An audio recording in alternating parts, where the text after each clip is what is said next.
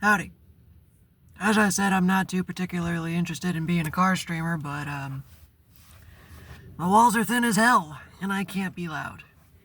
I don't have one of those fancy mics yet. When I do, then I'll go back inside. For now,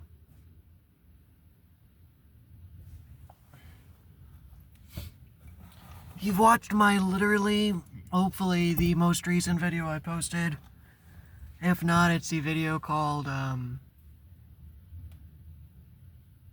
Rest. Something about rest. This is gonna be a follow-up video to that. I just had this great big video I felt good about. I did about,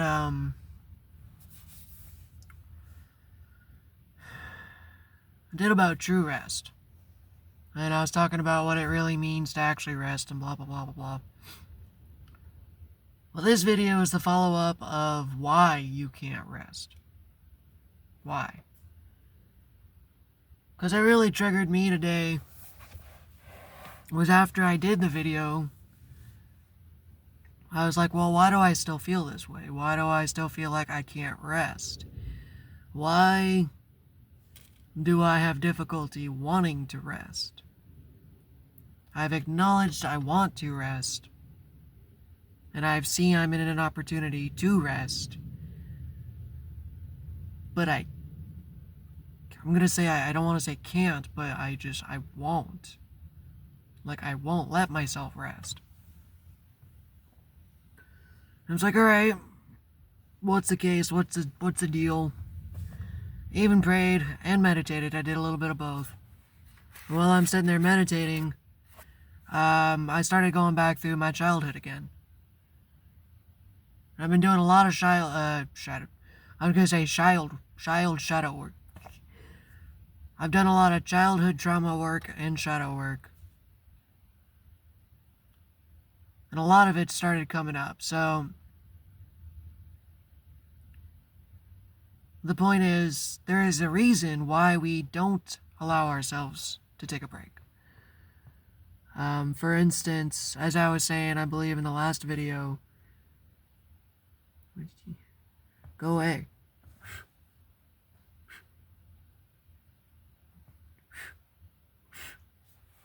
Get. Making me all paranoid. Anyways. Sorry, ADHD is in full bloom today. Whatever. As I was saying in the last video, you have to discover why you're not okay with resting. We understand we need rest, but why won't we rest? Sometimes it's because we're told we're not to. We're told we're not allowed to. We believe we don't have time to. But then there's other things like trauma. Like I said, I sat down and prayed and meditated. Said, alright, let's sit down and do this. Why don't I feel okay to relax? Why am I so jittery other than ADHD? Like, there's something going on. And things from my past started popping up. For instance, I'm 32. By the time I was about 14, I lived in New Jersey. I was born in Minnesota. I lived in New Jersey. And I had already moved over 10 to 12 times. I think that's about right. Basically, I moved as much as a military family.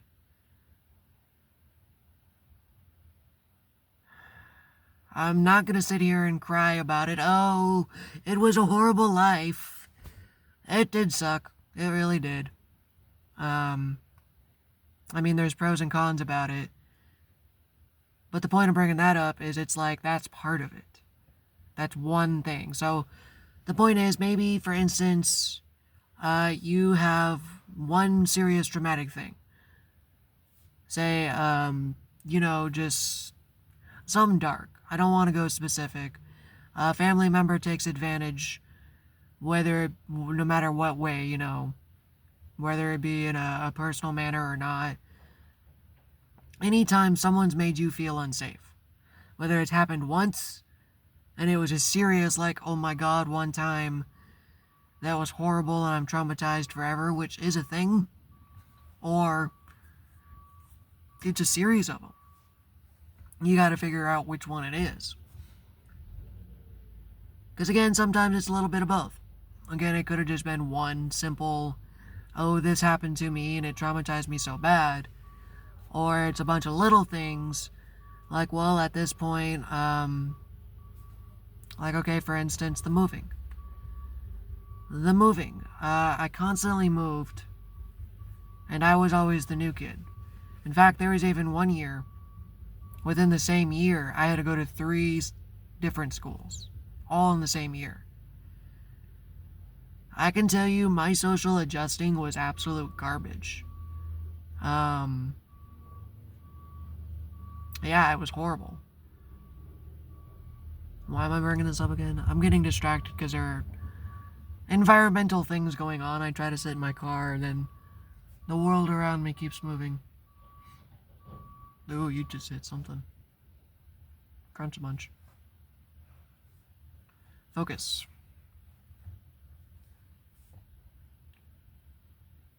It didn't feel safe to make friends. It didn't feel safe to get comfortable. Because I knew within a couple of months I'd be moving. I knew by the end of the year I'd be going to another school. I knew I'd be doing it all over again. Very soon. So what's the point? What's the point of getting comfortable? What's the point of feeling safe? That's one. I had a bunch, I was doing this video in my head, but I didn't feel like getting up and doing it at that moment, which was probably a mistake. But like, I was pulling up thing after thing after thing, like I explained in my last video. You know, we're always trained, or I was trained, to always be loyal to your job, work whatever hours they ask you to. It's not okay to take a break. It's not okay to stop. Not okay to take a pause. Other examples of not feeling safe, because it's not just one specific category. I was thinking specifically like money. Earlier, something I thought I was struggling with, just not safe in money. My relationship with money is being healed. Abundance is being healed. So I'm like, all right, well, why don't I feel safe with money? And it's like, oh, no. Let's expand that question a little bit more. Why don't you feel safe in general? What do you mean? All right, let's do some digging. What do you mean? What do I mean? What do I mean is, back when you were, I don't know, all the way up until 16, you couldn't answer any questions. You couldn't use your voice. You couldn't speak up. You couldn't be honest. You couldn't talk at all. In fact, a good part of it was being yelled at and told to shut up. Or, hell, being spastic. Or, like, I have memory after memory of just instance of me just being a child, you know, being loud, spastic, and their response is, sit down, shut up. Or, just stop being yourself. It's been instance after instance after instance of being told it's not okay to be yourself. Whether it was at school. So I can promise you, being the new kid at school, especially that many times within the same year, I got my ass bullied all the time. For sure. And I didn't feel like it was okay to be, it wasn't safe. It wasn't okay to be the new kid. It wasn't okay to go to new schools. I wasn't safe. And then I'd go home. And then I'd have a home environment where it's abusive. My dad was mentally, physically abusive. So you not feel safe at home. You don't feel safe at school. You don't feel safe when you go to work. There's no freaking wonder you don't feel like you can rest. And I'm sorry, my energy's getting aggressive. I'm processing stuff when I say this. It's no wonder you don't feel like you can rest.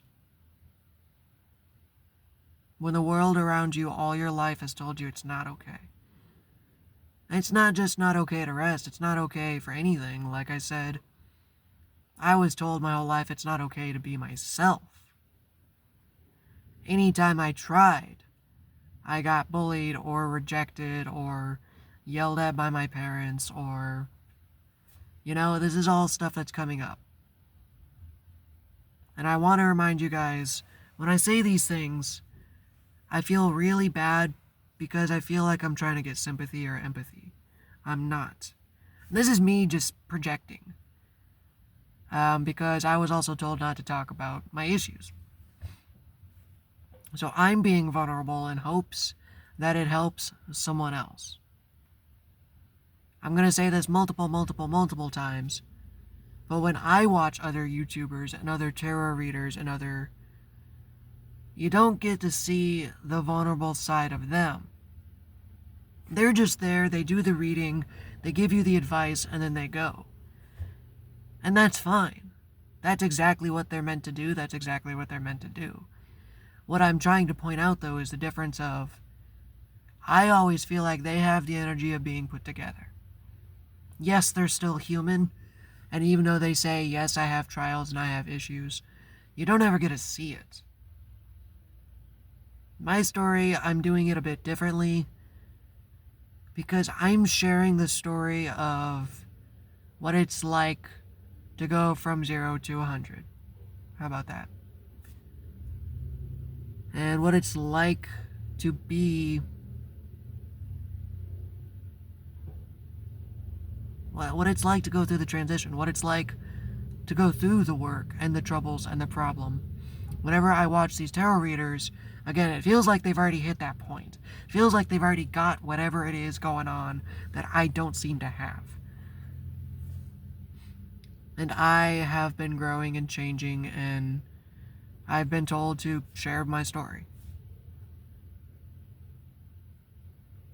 So when I tell you stories about the dark truths about what's happened, it's not to gain sympathy or empathy or feel sorry for me or get attention.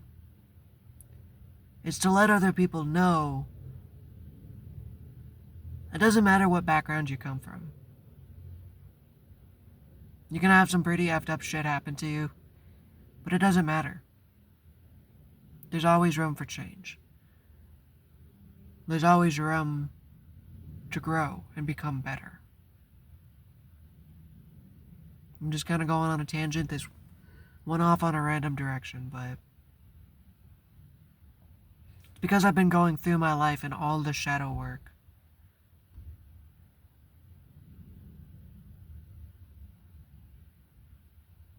And it's like,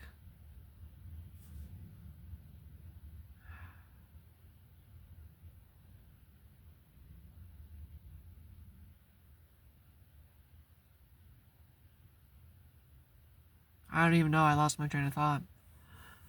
I thought I had something there and I didn't.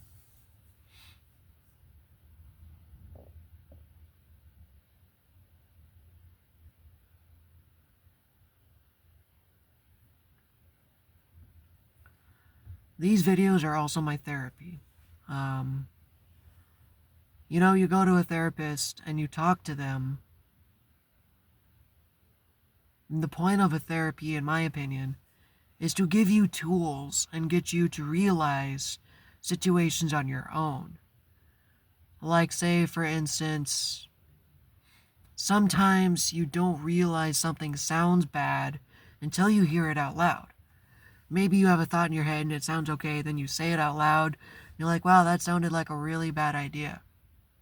Or, that sounded a lot meaner than I meant it to be. Or something like that. So, you tell it to them, and they turn it back around, and they'll be like, hey, well, it sounds like this, or the way you said it, or blah, blah, blah, or here are some tools on how to proceed. If that is how you're feeling, here's a tool. And they give you tools for how you feel. But I'm not a therapist. All right.